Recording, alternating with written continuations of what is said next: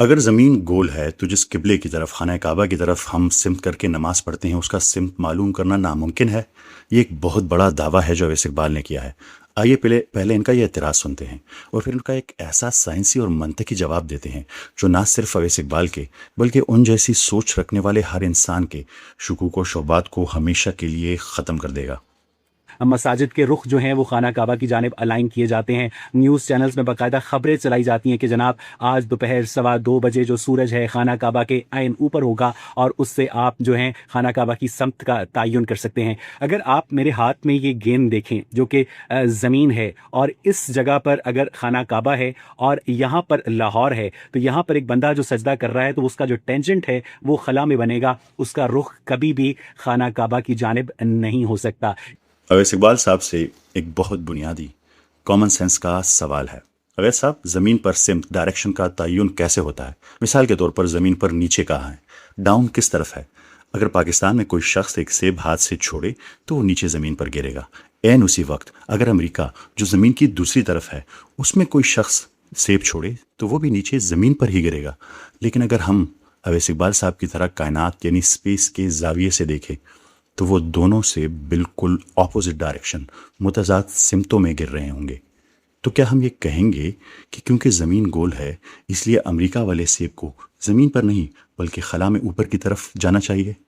بالکل نہیں، کیونکہ سائنس ہمیں بتاتی ہے کہ زمین پر نیچے یا سمت کا مطلب کائنات کا کوئی ایبسولوٹ مقام نہیں ہے، بلکہ نیچے زمین کے لیے سینٹر آف گریوٹی ہے، زمین کی سینٹر آف گریوٹی ہے۔ جس طرح گریوٹی کی وجہ سے نیچے کا مطلب زمین کا مرکز ہے، بالکل اسی طرح زمین پر رخ یا سمت یا ڈائریکشن کا مطلب خلا میں جانے والا کوئی خیالی ٹینجنٹ نہیں ہے اویس صاحب، بلکہ گریوٹی کے زیر اثر زمین کی سطح یعنی سرفیس کے ساتھ ساتھ چلنے والا راستہ ہے۔ اویس اقبال صاحب کا سجدے کو ٹینجنٹ بنا کر خلا میں بھیجنا بالکل ایسا ہی ہے جیسے کوئی کہے کہ امریکہ میں گرنے والا سیب آسمان کی طرف جا رہا ہے، جو بالکل غلط ہے۔ اویس صاحب کی سب سے بڑی غلطی یہ ہے کہ وہ کائنات یعنی کاسمک فریم آف ریفرنس کے تناظر میں بات کر رہے ہیں جبکہ وہ خود زمین کی کشش ثقل کے اندر کھڑے ہیں۔ اگر ہم اویس اقبال والی ٹینجنٹ کی منطق مان لیں تو دنیا کی کوئی بھی سڑک، کوئی بھی ریلوے ٹریک اور سمندر میں چلنے والا کوئی بھی بحری جہاز اپنی منزل یعنی اپنی ڈائریکشن کی طرف نہیں جا رہا، بلکہ سب کے سب خلا کی طرف اشارہ کر رہے ہیں۔ ظاہر ہے یہ بات کامن سینس کے بالکل خلاف ہے۔ ہم زمین کے باسی ہیں اور ہماری تمام سمتیں، ہماری تمام ڈائریکشن زمین کی گولائی اور گریوٹی یعنی کشش ثقل کے تابع ہیں۔ تو پھر سوال یہ ہے کہ ہم اس گول زمین پر قبلے کی سمت یا ڈائریکشن کیسے تلاش کرتے ہیں؟ جواب ہے اسفیریکل ٹریگنومیٹری۔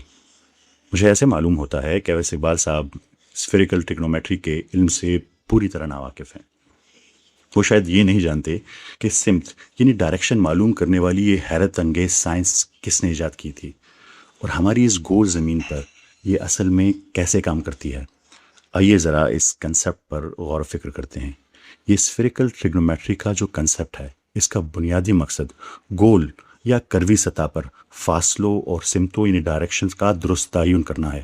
یہی وجہ ہے کہ دنیا کے کسی بھی کونے سے خانہ کعبہ یعنی قبلے کی سمت معلوم کرنے کے لیے اسی علم کا سہارا لیا جاتا ہے۔ تاہم اس سے پہلے کہ ہم یہ سمجھیں کہ قبلہ رخ کے تعین میں اس کا استعمال کیسے ہوتا ہے اور کس طریقے سے ہوتا ہے، یہ جاننا انتہائی ضروری ہے کہ اس علم کی افادیت صرف خانہ کعبہ کی سمت معلوم کرنے تک محدود نہیں ہے، بلکہ اس کا اطلاق ہماری عملی زندگی کے کئی اہم شعبوں پر ہوتا ہے۔ آپ کے لیے یہ جاننا انتہائی حیران کن اور باعث فخر ہوگا کہ جو یہ کنسیپٹ ہے اسفیریکل ٹریگنومیٹری، اس کو ایک باقاعدہ اور مکمل سائنس کے طور پر ایجاد کرنے کا سہرا مسلمان ماہرین فلکیات اور ریاضی دانوں کے سر ہے۔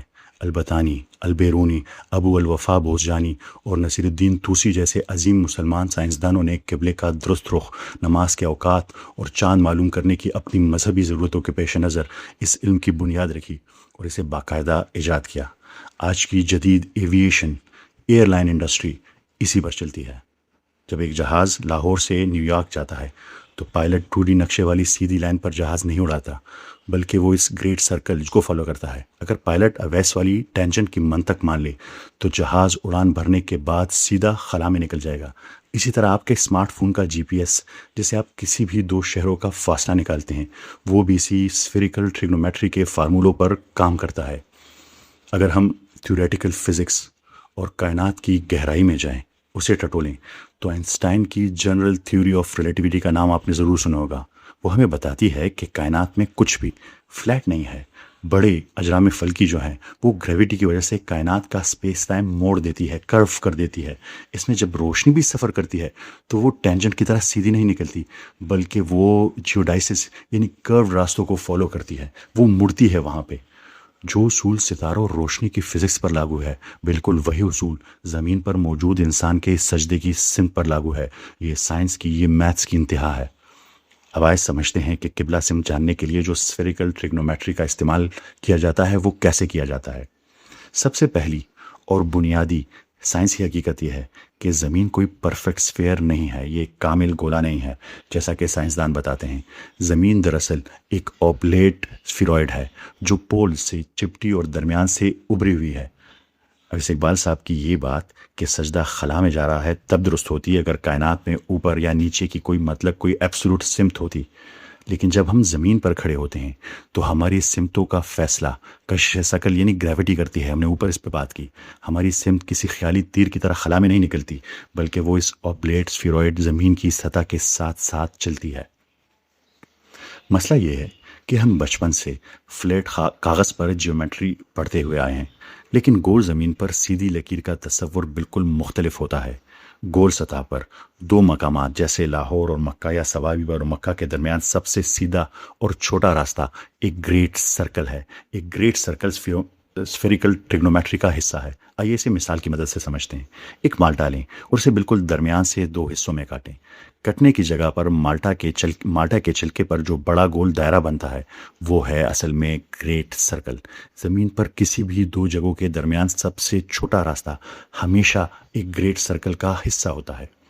اب آگے دیکھیے، قبلہ معلوم کرنے کے لیے ہم گلوب پر 3 مقامات کو ملا کر ایک تکون، ایک ٹرائنگل بناتے ہیں.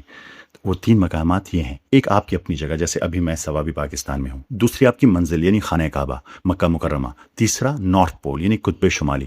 جب آپ ان 3 مقامات کو گریٹ سرکل کی لکیروں سے ملاتے ہیں تو آپ کو زمین کی سطح پر ایک مڑا ہوا ایک کروڈ ٹرائنگل ملتا ہے. قبلے کا رخ دراصل پوائنٹ اے جو سوابی کے اندر بننے والا زاویہ ہے، اینگل ہے، وہ ہے. آسان الفاظ میں یہ نارتھ پول کی طرف جانے والی لکیر اور خانہ کعبہ کی طرف جانے والی لکیر کے درمیان کا جو اینگل ہے، جو زاویہ ہے، یہ وہ ہے.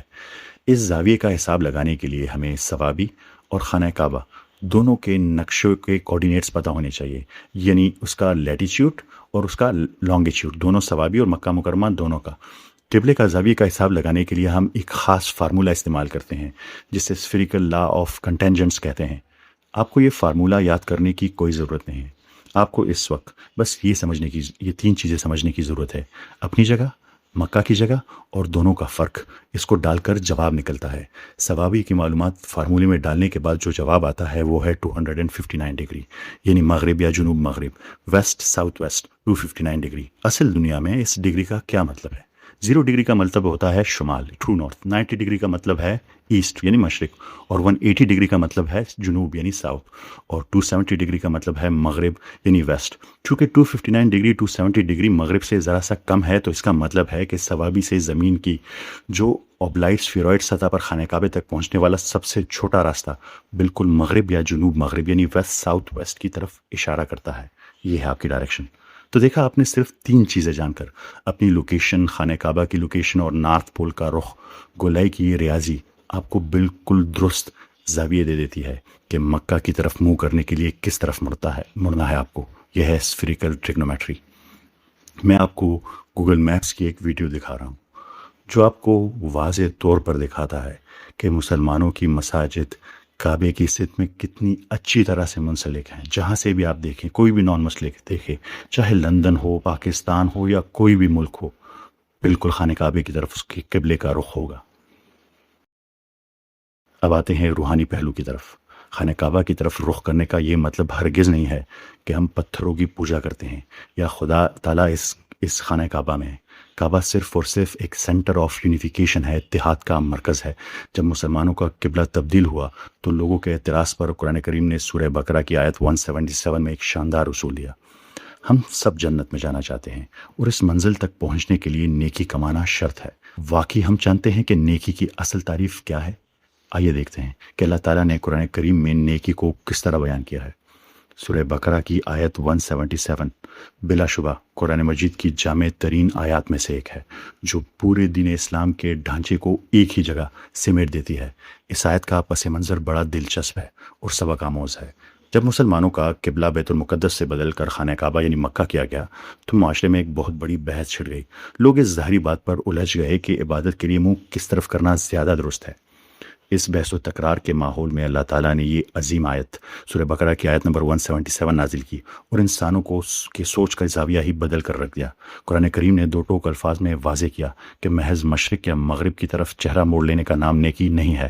ڈائریکشن یا سمت تو صرف ڈسپلن اور اجتماعیت پیدا کرنے کے لیے ہے۔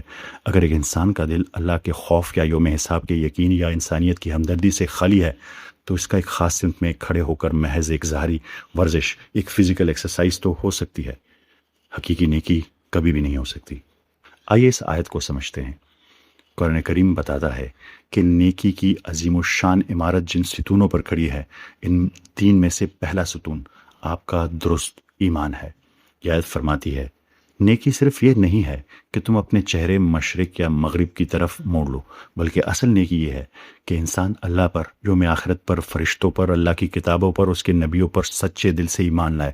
یہ وہ روحانی جڑ ہے جو انسان کو اندر سے مضبوط کرتی ہے۔ جب تک انسان کو یہ یقین نہ ہو کہ اسے ایک دن اپنے رب کے حضور کھڑے ہو کر اپنے اعمال کا حساب دینا ہے، اکاؤنٹیبلٹی دینی ہے، تب تک وہ تنہائی میں گناہ سے نہیں بچتا اور نہ ہی وہ بے لوث ہو کر کسی کے کام آ سکتا ہے۔ ایمان وہ بنیاد ہے جو اعمال کو وزن دیتی ہے۔ دوسرا، نیکی کا دوسرا اور سب سے اہم ستون انسانیت کی خدمت ہے، حقوق العباد کا عملی مظاہرہ ہے۔ یہ اس آیت کا وہ شاندار اور انقلابی حصہ ہے جو اسلام کی اصل روح کو بے نقاب کرتا ہے۔ ذرا غور کریں، اللہ تعالیٰ نے عبادات جیسے نماز اور روزے کا ذکر کرنے سے پہلے انسانیت کی مالی خدمت کا ذکر کیا، اور اللہ کی محبت میں اپنا مال خرچ کرتے ہیں رشتہ داروں پر، یتیموں پر، مسکینوں پر، مسافروں پر، مانگنے والوں پر اور غلاموں کی گردنیں چھڑانے میں۔ یہاں اصل امتحان شروع ہوتا ہے۔ اصل نیکی صرف تسبیح کے دانے گھمانا نہیں ہے، بلکہ اپنی حلال کمائی کو، جس نے انسان کو محبت ہوتی ہے، اللہ کی رضا کے لیے دوسروں پر قربان کرنا ہے۔ نیکی کا تیسرا ستون عبادات اور اخلاق، عقیدے اور انسانیت کی خدمت کے بعد آیت کے آخر میں اللہ تعالیٰ عبادات کے قیام اور ذاتی کردار کی تعمیر کا ذکر فرماتے ہیں۔ اور نماز قائم کریں، زکوٰۃ ادا کریں، اور جب کوئی عہد کریں تو اسے پورا کرنے والے ہوں، اور تنگی، مصیبت اور جنگ کے وقت صبر کرنے والے ہوں۔ یہی وہ لوگ ہیں جو سچے اور یہی متقی ہیں۔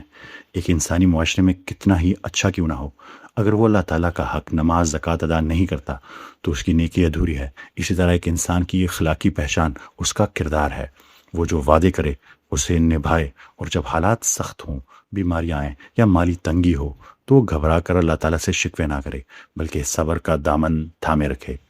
یہ پوری آیت دراصل اس بات کا اعلان ہے کہ اسلام میں نیکی، رائچیسنس صرف مسجد کی چار دیواری کے اندر کی زندگی کا نام نہیں ہے، یہ ایک مکمل لائف سٹائل ہے اور ایک جامع پیکج ہے۔ آپ کا قبلہ درست ہو تاکہ امت میں اتحاد آئے، آپ کا عقیدہ مضبوط ہو تاکہ دل میں ایمان کا نور ہو، آپ معاشرے کے کمزور طبقوں خصوصاً یتیموں اور مسکینوں کا سہارا بنے تاکہ خدمت خلق کا حق ادا ہو، اور آپ کے عبادات، اخلاق اور وعدے سچے ہوں تاکہ آپ کے کردار نکھرے۔ اگر ایک انسان کی زندگی میں یہ سب اجزاء موجود ہیں تو قرآن سرٹیفکیٹ دیتا ہے کہ یہی وہ لوگ ہیں جو سچے ہیں، ورنہ محض ایک سمت کی طرف منہ کرنے کا نام دین نہیں ہے۔ ویسے اقبال صاحب، ہمارے پیارے نبی کریم صلی اللہ علیہ وآلہ وسلم نے خانہ کعبہ کی طرف دیکھ کر فرمایا تھا، اے کعبہ تو کتنا عظیم ہے اور تیری حرمت کتنی زیادہ ہے، لیکن ایک مومن کی جان اور عزت کی حرمت اللہ تعالیٰ کے نزدیک تیری حرمت سے بھی زیادہ ہے۔ تو دوستو، بات صاف ہے، ہمارے سجدے زمین کی فزکس سے مکمل ہم آہنگ ہے اور ہمارا رخ کعبے کی طرف اتحاد کے لیے ہے، لیکن اصل منزل انسان کی بھلائی اور اللہ کی رضا ہے۔ امید ہے ابھی آپ کو سمجھ آ گیا ہوگا کہ ہم خانہ کعبے کی طرف نماز کیسے پڑھتے ہیں۔ آپ سب کا بہت بہت شکریہ۔ اللہ حافظ۔